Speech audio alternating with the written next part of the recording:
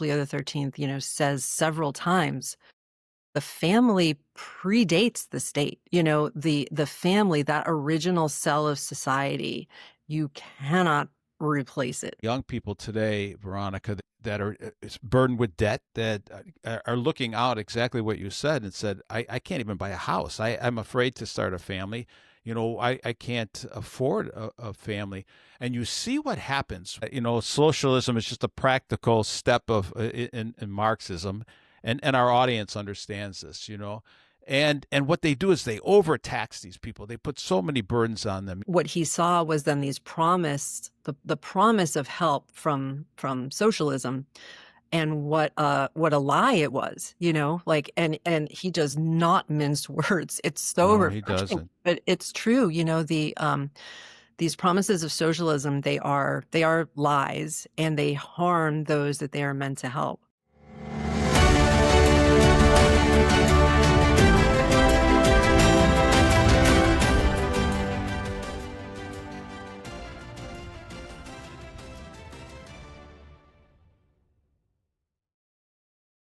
Welcome to the Become Who You Are podcast, a production of the John Paul II Renewal Center. I'm Jack Riggert, your host. Our returning audience will know that I speak often of the three necessary societies for human flourishing. And in fact, one of our apostolates, you see the big sword behind me, is called Claymore. And Claymore is structured on top of this Catholic social teaching, which are these three necessary societies. These have come down to us from Pope Leo XIII, articulated in his encyclical Rerum Novarum of New Things. Here with us to discuss the importance of this for today, and also for our young people that are joining us in larger and larger numbers all the time, is Veronica Burchard.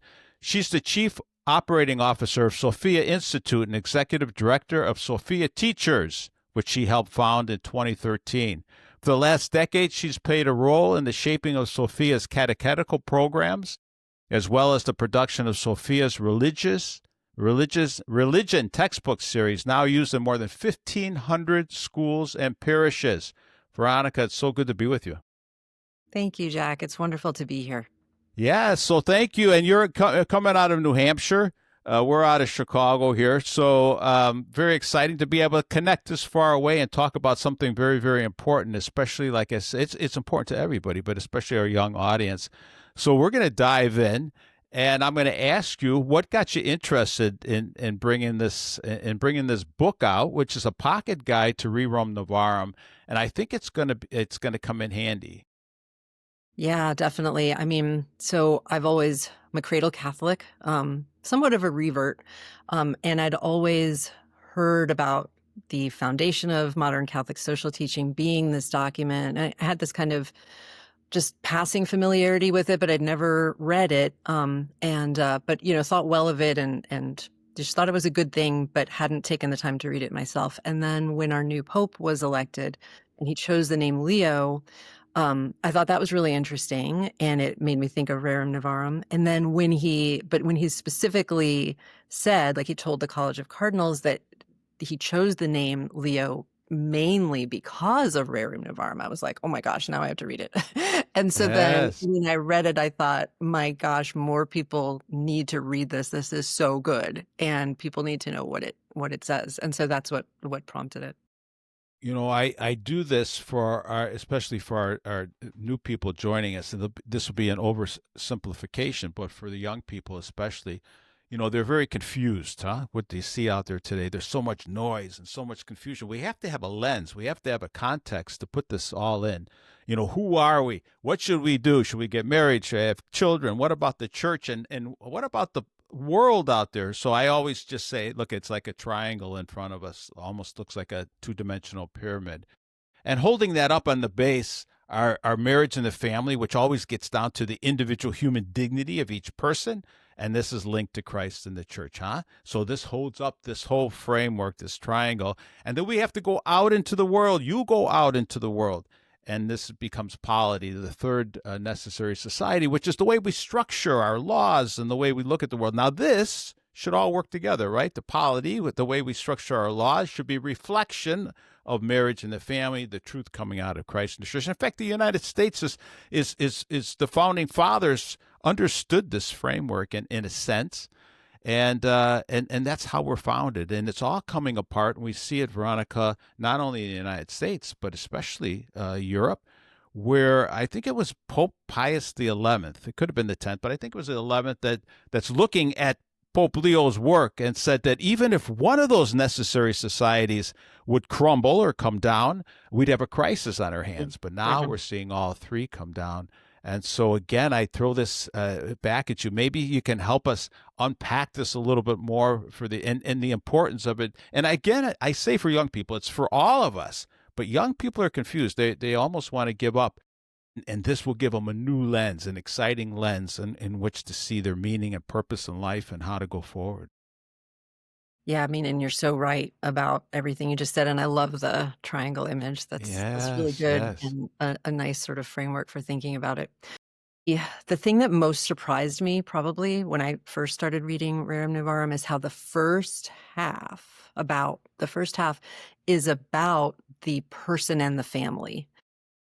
He says, Pope Leo XIII, says several times, the family predates the state. The family, that original cell of society, you cannot replace it. And it is, and it's so fundamental to everything, to the common good, to the flourishing of society. Not to mention, of course, the individuals that make up that family. And so he kind of has this sort of through line, like the human person has this. We've been endowed, you mentioned the founders, so we've been correctly, right? We've been endowed by our creator with these inalienable rights, is what Thomas Jefferson said. And so, of course, Leo doesn't use those exact words, but he says, human beings are the only ones out of material creation on earth. We can plan for our futures. Like, we've been given this gift from God to think about the tomorrow and the next day and the next day. And so the responsibility to care for ourselves and our families, our loved ones, and the broader community, it flows from this ability and our right to own property and to choose what we want to do in the world and the life we want to create. That right flows from that responsibility. And so we tend to think in terms of rights, and that's true and good. We do have the right to do a lot of these good things, but it flows from the responsibility to care for ourselves and our family. And so that is the basis. And he spends the first half of the encyclical kind of making this case, like a father has the responsibility to care for his family. Therefore, he must then have the right to private property that continues, that persists into the future, because his children are going to come into the world and he's going to have to care for them and provide for them. And so this it's just a really interesting way of looking at it that it's so groundbreaking, and so then what necessarily follows from that is that everything we choose to do with our property it has a moral component, it has a moral weight, all of our decisions. And then he starts talking about what that means then for employees and employers. But that basis of the human person and how God created us, giving us those responsibilities and rights it was just so, and how important the family was just so beautiful to me. Yeah, everything's built on that, and this is in our heart. What a lie! How we're telling our young people, that you don't have to get married, that children aren't important, and this is the basis of everything.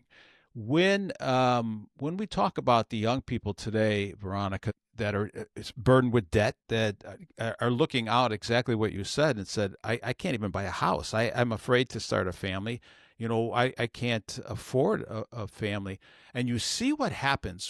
Socialism is just a practical step in Marxism, and our audience understands this, And what they do is they overtax these people. They put so many burdens on them. The government, without getting into the weeds here, the government, was going to help the students, with going to college, and then of course all the prices rose because government guarantees, etc. What And a so what shock. happens is so many people are burdened. It's really sinful in a way, what we're doing to our young people. Oh gosh, couldn't agree more. And so in Pope Leo XIII, I think it shows how prophetic his voice was, I think, because so he was writing in 1891. So the Industrial Revolution is throwing the world, into chaos. Families are being, torn apart, really. The moving children even, into factories, husbands and wives leaving the home, and what that was doing to the family. So what he saw was then these the promise of help from socialism, and what a lie it was, and he does not mince words. It's so No, he refreshing, doesn't. but it's true.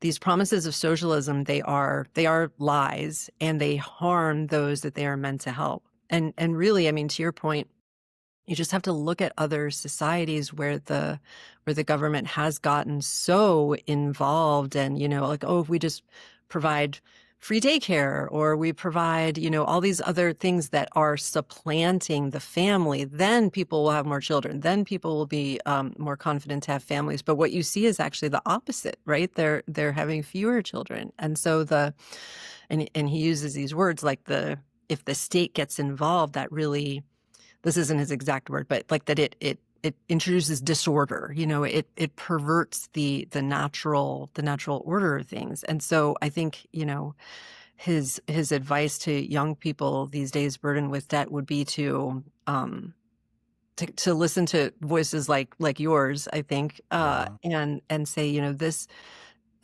examine these claims with skepticism, and to think about how, if you waited until you were ready, right, financially, to have children, and you could get them everything they want, first of all, you'd never be able to do that. But secondly, it's not really how it's supposed to be anyway. You find your spouse, and you could be a startup together rather than a merger, and then that leads to a happier marriage. Yeah, so many of these, well said, and so many of these young people are looking at socialism. We have a mayor of New York coming in that's a Marxist, really, and so they stand up and they just lie, right? We're going to give you this, we're going to give you this, we're going to give you this, and it strips not only the human dignity of work, and work is part of this, right? That God right away from Genesis says, be fertile, multiply, right? Get married, form this family. And in the next sentence, he says, have dominion over all of creation. Go out and work, go and till the garden, right? And so this brings dignity and creativity to people in a way to go out and serve the common good too, an extension of this to go out. And so the beauty of all of this framework coming together. So what does everyone get wrong about Rerum Novarum and Catholic social teaching? Because I think what they'll hear us say is, yeah, all these popes, including Pope Leo XIII, pushed back, and they were very prophetic, but the last 9 popes before Francis always spoke about the negativity of socialism / communism because of that. Right. And then they put these burdens on us where we never really own our own homes anymore because the real estate taxes go up and up and up and up and up. Right. We're living in Illinois here. That's the belly of the beast. Even the school systems want to take the kids apart. So on the other hand, while the church teaching, especially John Paul, would embrace capitalism, but he's also very wary about that, and so is Pope Leo XIII. He just says, no, we don't just throw it into liberalism, right? Because that can go too far too. It's a preferred way of doing it because it's human freedom to develop your own businesses and stuff. But what does he say about that? He warns us a little bit about that too. He's just not giving it up to full-fledged liberalism. We take God out, let's take everything out, and it's all just about personal freedom without concern for your neighbor and for the common good, right? Right. Yeah. And the human person. Yes. Yes. No, that was all so true and so good. Probably, I think one of the first things that I had the misconception that I had was that I was going to read Rerum Novarum and see that it, condemned both socialism and capitalism equally. And then, so that's the expectation that I had going in. And I think that's really unfair, because and of course we have later encyclicals, to your point, that, make it totally clear, like atheistic communism is incompatible with Christianity and human dignity. But what I And we found, see the destruction. We oh, see the I know, destruction. of So course, these are you don't not need, just right. theories, are they, Veronica? No, absolutely. And my parents are Cuban exiles, and so it's very personal for me too. Just having, um, it was before I was born, but my family just having been so affected by communism and seeing its false promises and how it harms those it purports to help was really and I went going into reading it thinking, how can this be? Like, how can it really condemn capitalism and socialism equally? And so again, like, I just don't think that's fair. The same encyclical that says that private property is sacred, and that we need to keep private property if we want to help the poor. The first thing we have to do is keep private property sacred and inviolate, because that is work, property, that is the means by which the needy can improve their situation. And if you strip away the person's right to control the fruits of their labor, you are taking away their dignity. You're kind of like calling them a non-person, right? Like, you can't do this. The state's going to come in and do this for you. That's not a Christian worldview, and that's not truly helping our neighbor. But yes, absolutely, to your point, the critique of unfettered or unregulated We would call it price. laissez-faire capitalism. Right, right. That very much is at the heart, I would say, of the second half. And that is where he talks about how wages, for example, should be freely agreed upon, but there is a higher law, that dictates that wages. I love this phrase. He says they should be enough to support a well-behaved wage earner and his family. We miss that part, I think, right? That the wage should be enough, and there's where I think you see some of his heart for the family, that the wage should be enough to support a well-behaved wage earner and his family. And so this principle that the employer owes, as a matter of justice, that consideration to his station in life and his family situation, his age, his or her sex, what type of work they're able to do, his need to rest on the Sabbath, his need to not be exposed to moral hazards. These are all things that the employer must do as a matter of justice to everyone that works for them. Yeah, and on the flip side of that, it's this need and responsibility to work. Yes. So if I'm coming in, all those things you just said so beautifully, also depend on my skill set, also depend on my education, also depend on how I prepared myself to walk in. So when I walk in and do a good job, he's supposed to pay me a good wage for that, and also talks about, of course, associations and the importance of Yes. trade unions and all that stuff, so we can come together and protect this. But my point being, you if you don't have to be on welfare, if you don't have to, too many people now, Veronica, are just get so lazy from the government, right? They're just getting the handouts, and they don't need to have the handouts. They just don't want to work. So there's a responsibility for that, and it's a human dignity about work. But then when we do go out and work, it has to go both ways, doesn't it? It's so beautiful when you start to see that. So the employer has to have a heart of Christ, a giving heart. And the person coming into the job, he's got to be there on time, got to put his skills. But we want to do this. This is how we become creative, and how we bring the beauty, and we make our money, even if it's a boring job sometimes. I know lots of people that aren't crazy about their jobs right now, but they're creative in all kinds of other ways. And you're meeting people, and so walk in, do a great job, and we have to demand the same thing from the employer. This just is common sense, isn't it? Yeah, well, and I also love how Catholic it is, because it's like that both and, that harmony, mutual responsibilities. Yeah, the employers, have more power. And so I think it fits that they have the more numerous responsibilities that kind of take that into account. But absolutely, Leo the 13th spends a fair amount of time on those employer responsibilities, but to the same or to a similar degree, the responsibilities that that workers have, that employees have. And so at the heart of those is an honest day's work, and also then to spend our resources, our wages wisely. And so Can't gamble them away, huh? Can't just right. buy lotto tickets, can I? Yeah, No, I have a responsibility not to drink it all the way. right. You're But exactly right. to be a well-behaved wage earner is always kind of what it reminds me of. And then, yeah, and to your point, if you're on public assistance, there's not a shame in that, right? But to remember that it's taxpayers that are supporting you, and so out of respect to them and their, I mean, I guess you could argue whether it's generosity if it's not voluntarily given, but the fact remains, like, out of your concern for the common good, to, if you're able-bodied and on public assistance, to do all you can to no longer be on that as soon as possible. Yeah, because I can't own property if I'm not willing to work, and or I won't hold on to it even if it's given to me.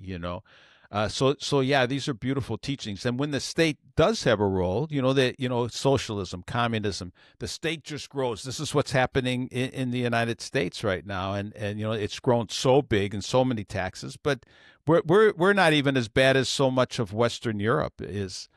So the state does have a role. It has a smaller role, just like our founding fathers again said, But when the state does have a role, Veronica, in our Catholic social teaching, it shows that they should be protecting all of these things that we're talking about. So they do have a role to protect us from outside forces, but also from these big employers.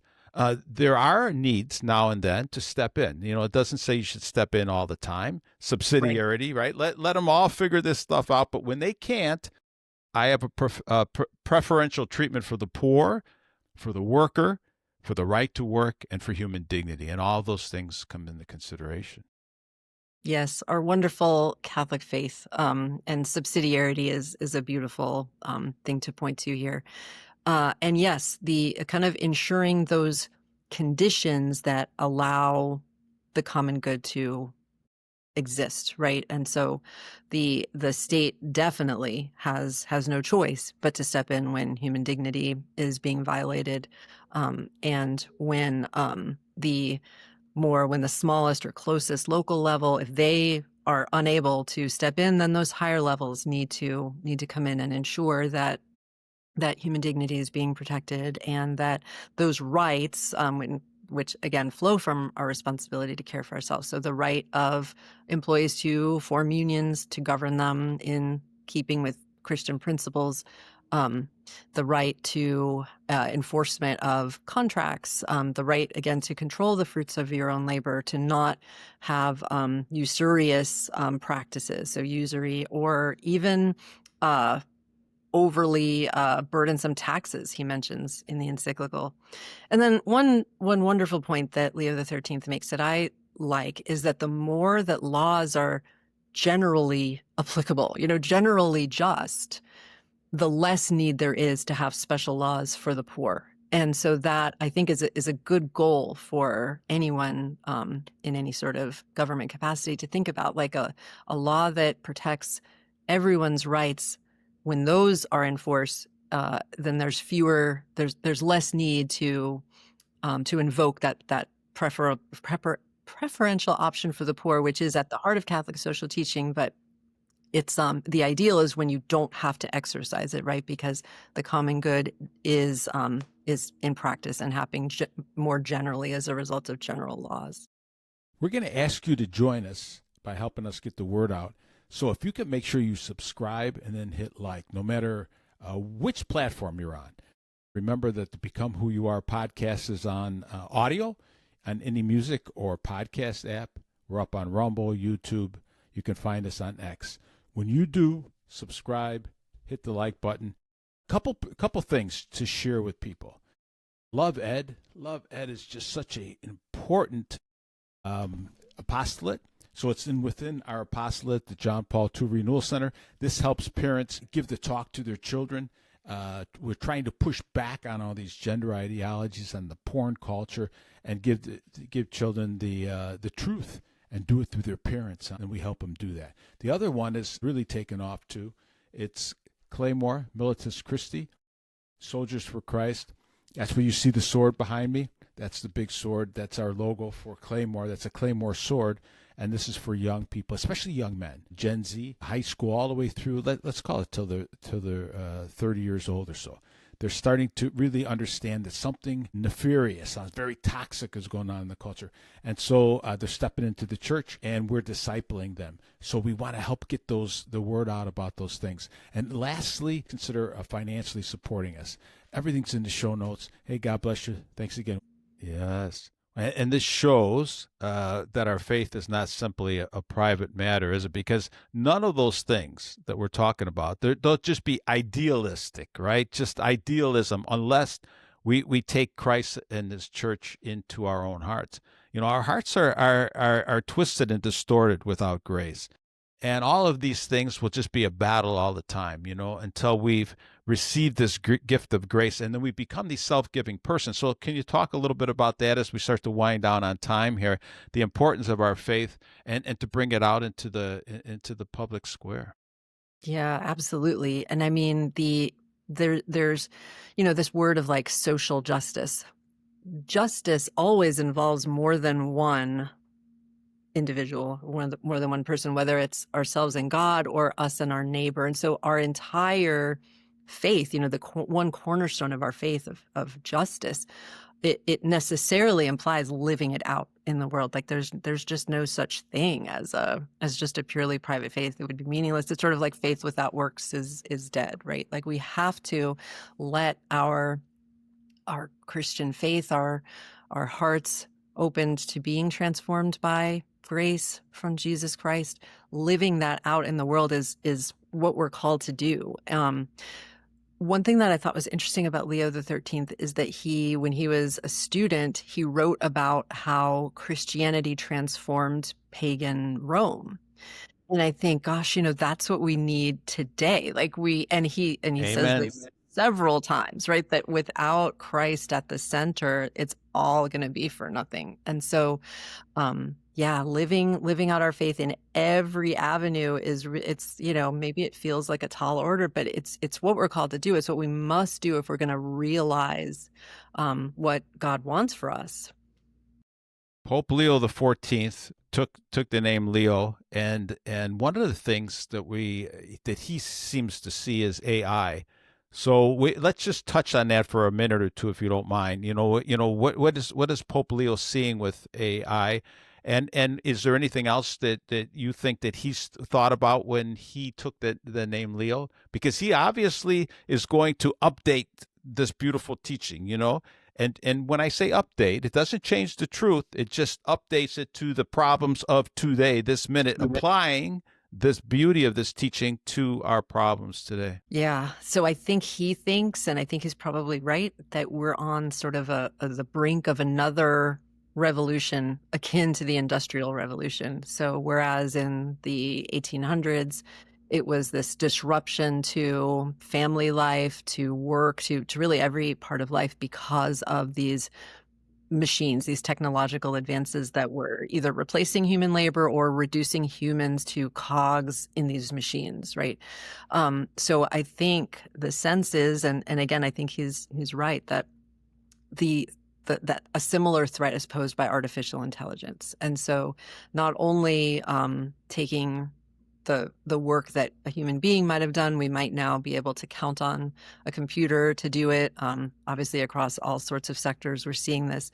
But then at one point, there could be a tip, and then humans exist to serve the AI, which is just this nightmare vision, right? And so, yeah, I'm really eager. I've heard, I guess, rumblings that he's working on an encyclical. I obviously don't know, but it will be really interesting to see what he has to say about this, because, yeah, how long, how many years, how many generations will it take of too much exposure to AI where we stop being able to tell the difference between what's a human, with a soul, with a life-giving vocation versus an AI? We already hear about people thinking of ChatGPT as their friend, but no, it's There's not. guys that have girlfriends now that are that are not even there. Right. It's amazing how your mind can get twisted. But this Mhm. shows you again the importance of a couple things. Keeping grounded in the faith, in truth. John Paul in Veritatis Splendor. Huh? All young people should read that, The Splendor of Truth. But then speak to each other like we're doing now. You're going to Mhm. have to take time to get off the phones because you don't know if it's a lie or not. I need to look into Veronica's eyes and speak to you, and then I have to discern that. Well, how do I discern that? Well, I get back to the truth again. We're going to have to read books again. These books, and especially these timely books like yours right now, but also the classicals. When we read the classics, there's truth that comes into us, and through us, and then we can live those things out. So we're going to have to get back. I'm a book collector, so let's talk as we're going out here. A pocket guide to Rerum Novarum. When you call it a pocket guide, Veronica, what do you mean by a pocket guide, and where can we get this book? Well, thanks for that question. Yeah, I don't know if it could literally fit in your pocket, but it is small. It's very portable. And so that was intentional to make it easy to take around with you. And it's got the text of the encyclical, obviously. But then also it's got a kind of a paragraph by paragraph summary because of the key points, being very faithful to Pope Leo XIII's words and ideas, just because the language, there can be a bit of a language barrier sometimes. And so we wanted to make it really accessible. There's also discussion questions in the back. Also an introduction written by one of Pope Leo's former colleagues, which I think is really interesting, just kind of thinking about how these themes in Rerum Novarum might connect to Leo XIII's pontificate. So yeah, I'm really excited about it. I think everyone should read Rerum Novarum. And so it's published by Sophia Institute Press. So you can get it at sophiainstitute.com. We'd love for you to get it there. You can also get it on Amazon. But yeah, I think every Catholic, every Christian, really every person really should read it because of how fundamental it is to understanding how we're to live. Yeah, and I would just I'll close on this is that so many of the young people we're meeting are anxious, depressed. They're on 70% of the American adult population is on some kind of pharmaceutical. So we're nervous, blah, blah, blah. This is a way to settle us down. This is my point. Read this, you start to get grounded and you start to understand you have a framework to put all this noise and the AI stuff, and you'll be able to at least have some groundwork so you can wake up in the morning, look outside, go walk in the grass, look at the stars, read a good book, and get away from that just for a little while. Hey, Veronica, it's really been a pleasure to have you. I know you got to run to another meeting. Time goes too fast, but thanks for being with us. And thanks, everyone. Thanks for joining us today. We'll talk to you again soon. Bye-bye.